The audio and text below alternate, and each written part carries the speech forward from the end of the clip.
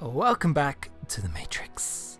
You know, I don't know what's stranger, the fact that this incredibly niche series has met such nice reception, or the fact that there's enough of these planned out now to last us all the way till series 13. I imagine those two facts are probably linked in some way or another. Today I bring you 3 more strange facts from the multiversal multimedia moneymaker that is Doctor Who. And, sorry, can I just finally talk about Moffat's Day of the Doctor novelization? I've been restraining myself for 15 episodes. This book. You'd be excused for thinking the Day of the Doctor novelization would be a retelling of the 50th anniversary TV episode Day of the Doctor. And sometimes it is. Entirely new scenes, set all around the show's timeline. The 11th Doctor discovering his newly regenerated face. A mysterious female character watching the Doctor steal the moment. I still don't know who this character is, please tell me who this character's meant to be. A very nearly scandalous bath scene between Riversong and a fully clothed 10th Doctor. Moffat. All 13 Doctors on the ground on Gallifrey helping evacuate Time Lords. Whew, I could pen a whole other mini-series on the playful additions to canon just made within this 200-page book. It's a novel that changes narrator, chronology, tense, and subject every chapter. The plot itself feels like a tangent, and as it's been pointed out to me, it was just an EDA, Sam. It was an EDA. So how about I burn through a bunch of my favourites today? The Peter Cushing movies exist in verse in canon. That's what I'm talking about. The 1960s Hollywood adaptations of Doctor Who and the Daleks and the Dalek Invasion of Earth exist in the Doctor Who world.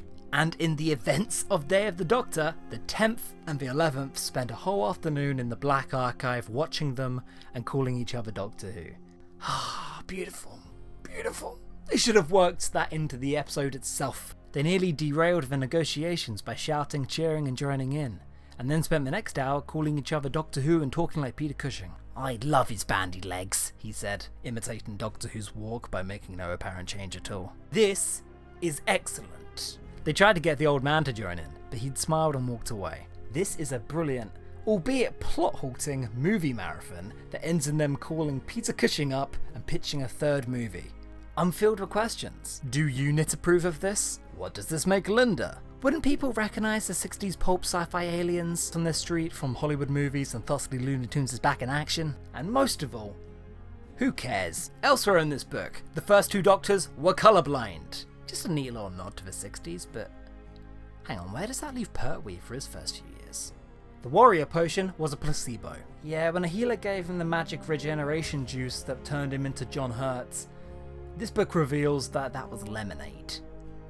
On one hand, yeah, very sweet that John Hurt isn't some mystical evil incarnation and just a real deal dude who never cuts himself a break. But also, wow, way to diminish your own writing, dude. In this version, the 10th Doctor also punches the 11th Doctor, receives copious amounts of torture, and makes a triggered joke. Ah, you wound me, Stevie. You try and push me away, Stephen, but you never will. The book also ends with these. And those are just some of my favourites. There's some gems in here that I don't want to get into now. They can wait until the future. In the meantime, you should probably just read it. It makes me want Stephen Moffat to write 50 Doctor Who books. Something he will never do. Pain! Ooh. The Doctor is weirdly defensive of the Chumblies. And who can blame him? These little guys are great. He's never really encountered them again since. The same goes for the Rills, which is a massive shame because that's the first classic monster I want to see come back. No, really, that wasn't sarcasm. These guys are great. But on at least 2 other instances, these guys made such an impression that he gets weirdly defensive about them. In Doctor Mania, the 9th Doctor finds that somebody is impersonating as the dashing Doctor Who in the Flying Whomobile battling the Chumblies. Alien detected. All Chumblies converge on this point. What did you call yourself? When the Chumbly exploded, they're not Chumblies. She'll be fine, just a mild concussion. I knocked some sense into her. Jesus Christ. The Doctor's in a very bad mood this week. In Doctor Mania, not only is there an impersonator taking his identity, but they went further. These guys are giving the Chumblies a bad name. Will everyone stop calling those things chumblies? They're not. Methinks the Doctor edits the wiki. Timey-wimey, have you heard yourself? Anyway, he's as real as these chumblies. But you said they weren't. And there's that look. I'll be over here if you need me, shutting right up.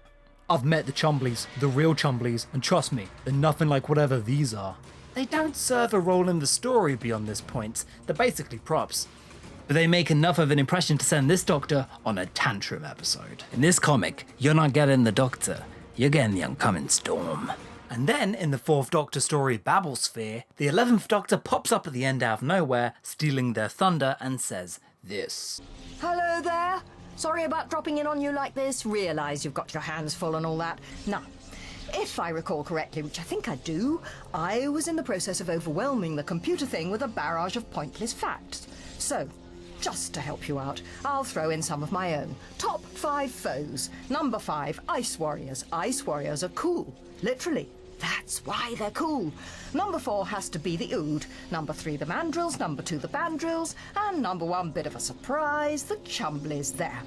I think that may just have tipped the balance. Oh, stop! Take your systems out.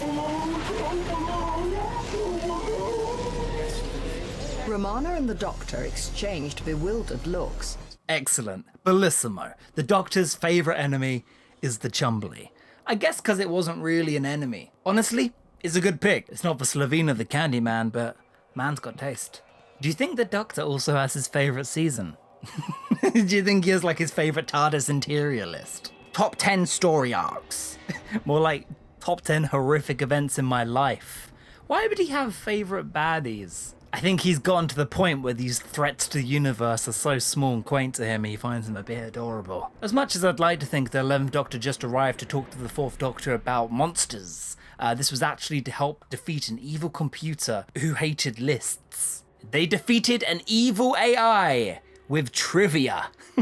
Wait till it gets a load of my content. I think the Doctor's few mentions of the Chumblies in the last 60 years have been very sweet and very protective, much like a father. We never really get closure if these Chumblies are imposters or not. But as this fake Doctor was a part of a Slavine operation in TV production and merchandising, I don't think it's very likely. If you are going to bring them back though, that's probably the design to do it with. Either that or bring them back exactly how they were in the 60s. There's no in between. I expect this next season, Chris. I won't take no for an answer, Chris. I tried looking for more appearances and mentions of the Rills and the Chumblies throughout all of Doctor Who mythos, and they really don't pop up often. The Rills are sometimes in the Virgin New Adventures. One time they were just in it to get murdered. So, yeah. I don't like the Virgin New Adventures anymore. And for the record, for those keeping track, my 5 favourite monsters are the 456, the Thajarians, Family of Blood, Slavine, and the Daleks. But yeah, it'd be pretty weird if the Doctor's favourite monsters were the Daleks, huh? And the last mystery today in The Matrix is that of the TARDIS's children. The TARDIS has had multiple children. There's an allusion to the TARDIS having descendants in the Matrix, whatever that means. In a short story, it turns out Kamelion had a kid with the TARDIS. They found it just in the corridors, siphoning off the Archeron energy, and their only logical solution is to raise it. Kamelion has no involvement in the story, by the way. He's not even seen. In this short story, he's just hanging around the TARDIS somewhere, probably in a shoe closet. You know what? I'm happy for them. Who cares if Kamelion is a canonical deadbeat dad? The 6th Doctor and Perry raise it to adolescence, whereupon they decide they don't want it anymore and ditch it with Perry's roommates, and then go swanning off for more adventures. Guys, do you think maybe she should have asked her dad? Or the mum, big box that she is, little player she is, wow. Stranger still is that when they drop it off with Perry's friend Janine, it transforms into a perfect clone of Perry. That's got weird ramifications, especially as in the very next story, Perry probably dies. Kinda. I will be the new Perry. Yeah, alright, keep an eye on that one. And the other one is much less humorous, and a lot more complicated. Inwardly confusing even, because to talk about the character Compassion means we have to talk about Faction Paradox. The final threat, the final boss of this video series. Let's explain how somebody became a TARDIS. The short version. Fitz and Laura, two companions of the 8th Doctor in the books, end up dying on an adventure, but they happen to be in a colony where a copy of them can be created that brings them back, but not quite as they were before. Whilst Fitz gets out of this find because of the Doctor's intervention, Laura becomes misremembered. It's safe to call her a new entity. Laura wears an earpiece all the time. The Doctor was feeding this through the telepathy circuits, and therein begins a change of her becoming a sentient time machine. A woman becomes a machine, bigger on the inside than the outside. It's pretty fucking awful, actually. Imagine me as a newbie to these books. I've just picked one off the shelf and I get thrown into it head first, where a woman has doors open outside of her and light spilling out of her body as she becomes a TARDIS. That's a new kind of body horror I didn't consider. The entire front of her body opens. She remarks that this is a very unpleasant feeling. Lawrence!